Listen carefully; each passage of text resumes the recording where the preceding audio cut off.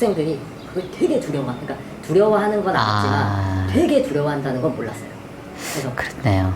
그래서 이거를 이렇게 막 엄청 애들이 막 떠들고 있어도 야 너 그럼 여기 나와서 이렇게 해봐 하면은 나와서 하면 사람들 앞에서 이렇게 얘기를 잘 하는 거를 채환님이라면 어떻게 애들한테 가르쳐 줄까?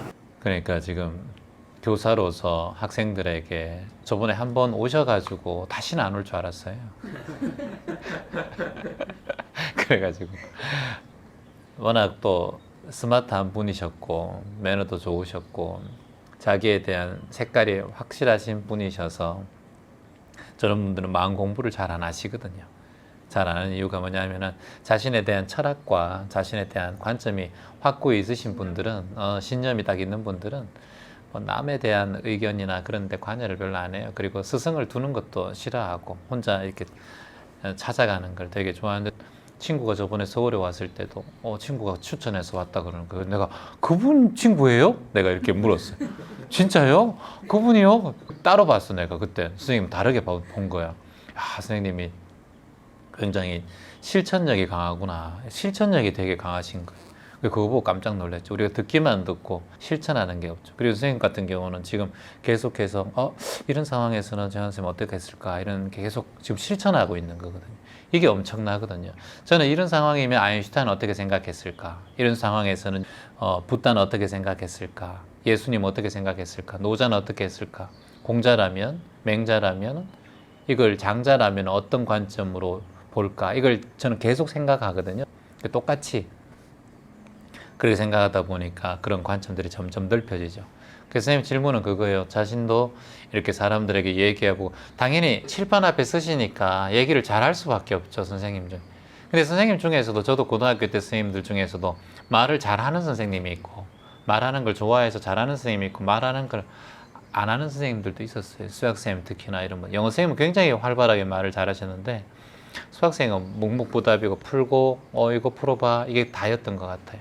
그 사람의 성향이 있는 것 같아요. 각자의 말을 잘 하는 성향이 있고 말을 별로 하는 걸 싫어하는 성향이 있는 것 같아요.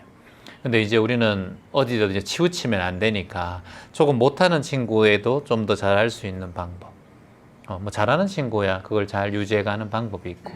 그래서 두 가지로 구분할 수 있을 것 같아요. 내가 말을 하는 걸 좋아하는 친구, 말에 두려움이 없는 친구가 잘하는 방법. 이제 거기서 더 일취월장하는 방법. 아니면은 내가 말하는 게 두려워서 또는 말하는 게 습관이 되어 있지 않아서 남들 앞에서 얘기하는 게 불편한 친구들. 이 두 가지를 이제 어떻게 개선할 것인가. 이제 첫 번째 말 잘하는 친구를 먼저 얘기한다면은 이제 말 잘하는 거 친구들은 무대에서 겁이 별로 없어요. 그리고 자신이 사람들에게 주목을 받을 걸 알고 있기 때문에 말하는데 문제가 없어요. 그런 친구들한테는 가장 조심해야 되는 게 너무 자신의 찬말 그리고 겸손하지 못한 언행들. 이것은 아무리 말을 잘해도 그 사람이 아무리 좋은 토론 앞에서도 이 사람이 잘난 척하는 것처럼 보이면 그때부터는 이 사람은 좋은 강의가 아니라고 보고 좋은 발표가 아니라고 봐요. 그래서 내가 이 말을 하면서 자만하고 있지 않은가. 두 번째, 잘하는 사람은 자신의 자만과 겸손을 항상 챙겨야 되고 자만과 반대말이 뭐예요, 여러분? 높여 지나친 자신에 대한 믿음지 못한 마음이겠죠. 자신에 대한 두려움이겠죠. 자신감 반대만 두려움이잖아요. 어찌됐든 간에. 인간이 가지고 있는 이 두려움이 잘 못하는 친구들한테는 항상 기저에 깔려 있겠죠. 여기에서는 이유가 있다라고 봐요. 자기가 말 실수했을 때 굉장히 친구들이 웃었던가, 그리고 아예 그런 말하는 것에 대해서 아버지, 어머니가 자신의 가정교육에서 선생님이 학생들 만나면 가정교육에서 말 잘하는 친구들은 부모의 역할이 굉장히 컸을 거예요. 선생님도 부모의 역할이 컸을 거고 저도 부모의 역할이 컸죠. 안 계셨기 때문에 너무 컸죠. 계셨으면 저희 형도 말을 잘 못해요. 저희 누나는 고등학교 선생님이고 말을 잘해요. 말 잘하는 편이고 여동생도 말을 잘 안 하는 편이에요.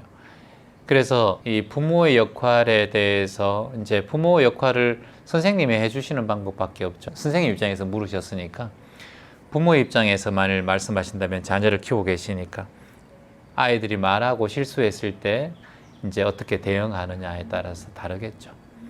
저는 제 자녀가 말할 때 자식이 어떤 말을 하든 이제 존댓말을 이렇게 써줘요. 지금 중학생도 있지만 그 아이에게 존댓말을 써주고 어떤 말을 하든 엄마는 그게 잘 안 되지만 어떤 말을 하든 이 아이가 틀렸든 맞든 간에 이 아이가 말한 것에 대해서 칭찬을 해주는 게 저는 기본적으로 필요하다고 봐요. 그 아이가 학교에서 어떤 말을 했든 간에. 그래서 긴 얘기를 하라고 하지 말고 이제 이런 거죠. 선생님이 직접적인 거 물으세요. 단도 직접적인 걸 얘기 안 한다면은 아이가 어떤 발표를 할 때 하나씩 발표를 시키는 거죠. 선생님 학반에 대한 친구들은 이걸 다 해보는 거예요.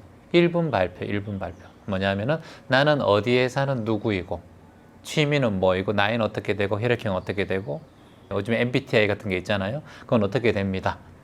오늘 하루는 어땠습니다. 일주일에 한 번 어땠습니다. 일주일 동안 가장 의미 있었던 일을 1분 발표 또는 3분 발표. 짧게 할 때는 1분. 네가 하고 싶을 대로 1분만 말해도 돼. 또는 3분을 말해도 돼. 이게 구체적인 방법이라고 할 수 있을 것 같아요. 아이들에게.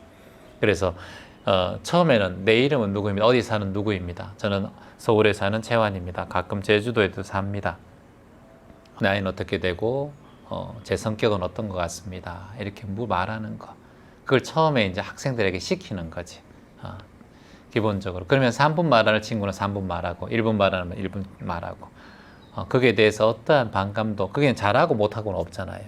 그 다음에는 이제 나의 취미에 대해서 얘기해보고 요즘에 관심사가 뭔지 얘기해보고 이렇게 자꾸 하고 어떤 거에든 아이들이 부모로부터 받았던 상처나 억눌림 또는 친구들로부터 왕딴땅했던 그런 모든 상황에서라도 박수를 받을 수 있는 자리를 만들어주는 것. 그게 선생님의 실질적인 해야 할 행동이라고 저는 보여져요. 그 안에 마음에 대한 부분이나 이런 것들은 디테일한 거는 이제 그 뒤에 가야 되고 기본적으로 선생님이 일주일에 한 번이라도 나를 표현할 수 있는 발표 시간 1분 발표회 1분도 시간 딱 정해놓고 하면은 길어요. 예전에 1분 말하기 이런 거 되게 많았잖아요. TV에 나 소개하는 거 이런 거 쉽지 않아. 1분 스피치 이런 게.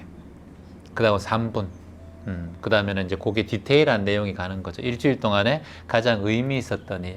그걸 하려면 먼저 써보는 게 좋아요. 아이들에게 먼저 발표하라기보다 처음에는 쓰라 그러고 쓰기. 그 다음에 쓴 것을 읽기. 그 다음에는 이제 쓴 것을 안 보고 읽기. 이 단계를 한번 나눠보세요. 처음에는 쓰기. 오늘 마음을 세 줄로 한번 표현해봐라. 이렇게. 선생님 과목이 체육 선생님이잖아요. 그러니까 그런 거 좀 좋잖아요. 저도 체육 선생님을 제일 좀 좋아했는데 저는 체육을 좋아해서 그래서 체육 시간에도 언어의 발표 이런 건 엄청난 몸의 활동이고 정신적인 변화고 굉장히 도움이 될 것 같아요. 그래서 초등학교 때나 중고등학교 때도 그렇고 미술 선생님, 체육 선생님에 대한 로망이 가장 좋거든요. 그래서 그런 역할을 선생님이 해주면 너무 좋겠네요. 다시 정리하자면 아이들에게 먼저 써보는 거, 세 줄 요약해서 써보는 거. 그리고 두 번째, 쓴 걸 읽으라고 하는 거예요. 그래서 세 번째는 쓴 거를 보지 않고 그냥 말해보라고 하는 거예요. 요걸 단계별로 한번 해보고 1분에서 3분으로 가보고 그리고 모든 사람에게 칭찬받고 박수받는 기억을 아이들에게 심어주셔야 돼요. 선생님. 작은 거라도 나는 서울에 사는 채환입니다. 오늘 날씨 참 좋아요. 와! 이게 아이들에게 마음에 새겨지거든요.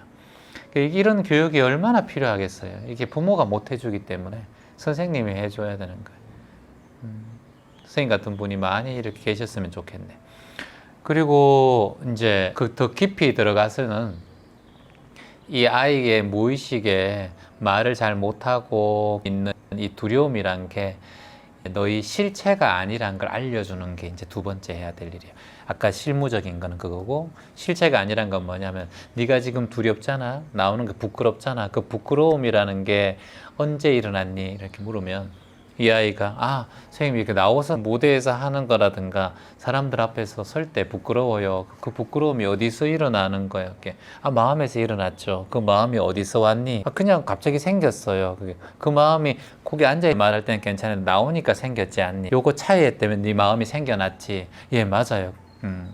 그게 원래 네 마음 속에 있었던 건데 여기 나오니까 생겼으니까 여기 나왔을 때도 원래 앉았을 때나 자리의 변동에 의해서 네 마음이 변한다는 걸 알려주셔야 돼요.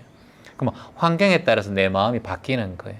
그 마음이 여기 있을 때 마음이나 이 마음이나 항상 바뀌는 걸 알려줘야 되는데 그거는 아이들이 이해할 수 있는 능력이 아직까지는 없어요. 초등학생이에요, 중학생이에요? 중학생이에요. 이해할 것 같아요. 그게 참 좋은 환경에 따라서 네 마음이 바뀌는 거고 네가 또 들어가면 그건 실체가 없는 거야. 뜬구름 같은 거야. 이 마음은 원래 저기 앉았을 때 잘하는 그 마음도 여기서 될 수 있어. 자리만 바뀌었을 뿐이야. 그러니까 이 두려움은 본래 존재하지 않는 거라는 걸 알려주셔야 돼요. 우리가 밤에 공동묘지 이렇게 지나가면 밤에 혼자 걸어가면 무섭잖아요. 근데 귀신이 있어서 무서운 게 아니라 공동묘지라는 생각이 나를 두렵게 하는 거거든요. 그하고 똑같아요. 내가 무대에 올라가 있는 이 자체가 두려움이 올라오는 거예요.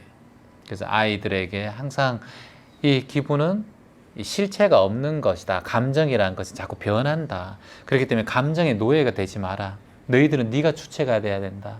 절대 이 두려움은 네가 사라지는 것이다. 그러니까 하다 보면 사라지는 걸 알아야 되거든요. 지금도 이미자 선생님, 패티김 선생님 이런 분들 무대 올라가면 떨린다 그러잖아요. 50년씩, 60년씩 무대 올라가도. 그렇지만 자신은 떨리는데 목소리는 떨리는 것처럼 안 느껴져요. 그러니까 본인은 떤다라고 느끼는 게 이 감정이에요. 그 감정을 본인이 떤다라고 느끼지만 결국은 사람들은 떤다고 느끼는 게 아무것도 없어요. 명창이라고 보이고 노래 잘한다고 들어요. 감동을 받아요. 본인은 떨고 있는 걸 알아요. 그게 고치려고 할 필요가 없는 거거든. 나 혼자 떨고 있지만 나는 이 무대를 잘 할 수 있을 거야 라고 생각을 이미 하고 있기 때문에 그 떨림은 아무런 지장이 없어요. 그러니까 너 떠는 거, 네가 떨고 있는 거 그건 사실 실체가 아니고 네만 느끼고 있는 거야. 다른 사람들은 네 떠는지 몰라. 이게 중요해요, 사실은. 네 감정이기 때문에 네가 떨고 있는 거는 인정해. 네가 스스로 떤다면 상관없어. 그지만 우리는 못 느껴. 그러니까 네 혼자 생각하는 거니까 네 편하게 해. 그래도 우리가 떤다는 거 잘 몰라. 가끔씩 떨리는 게 느껴질 수도 있지만 그거는 신경 쓸 필요 없다고 얘기해 줘야 돼. 그리고 스스로에게 그런 친구에게 영상을 찍어서 떨지 않는 모습을 스스로가 보게 해 주셔야 돼요. 남들 앞에서 자신이 말한. 그럼 보면은 와, 네, 들어보니까 괜찮네. 이렇게 될 때 이제는 점점점 두려움이 사라져요. 그러면 자꾸 무대에 서는 게 더 좋아져요. 여기에 대한 굉장히 밀접한 그런 관계도가 있겠지만 대강 이제 얘기해서 이런 건데 교단에서는 선생님께서 이걸 아이들의 성향에 따라서 잘 접목시켜 주셔야 돼요.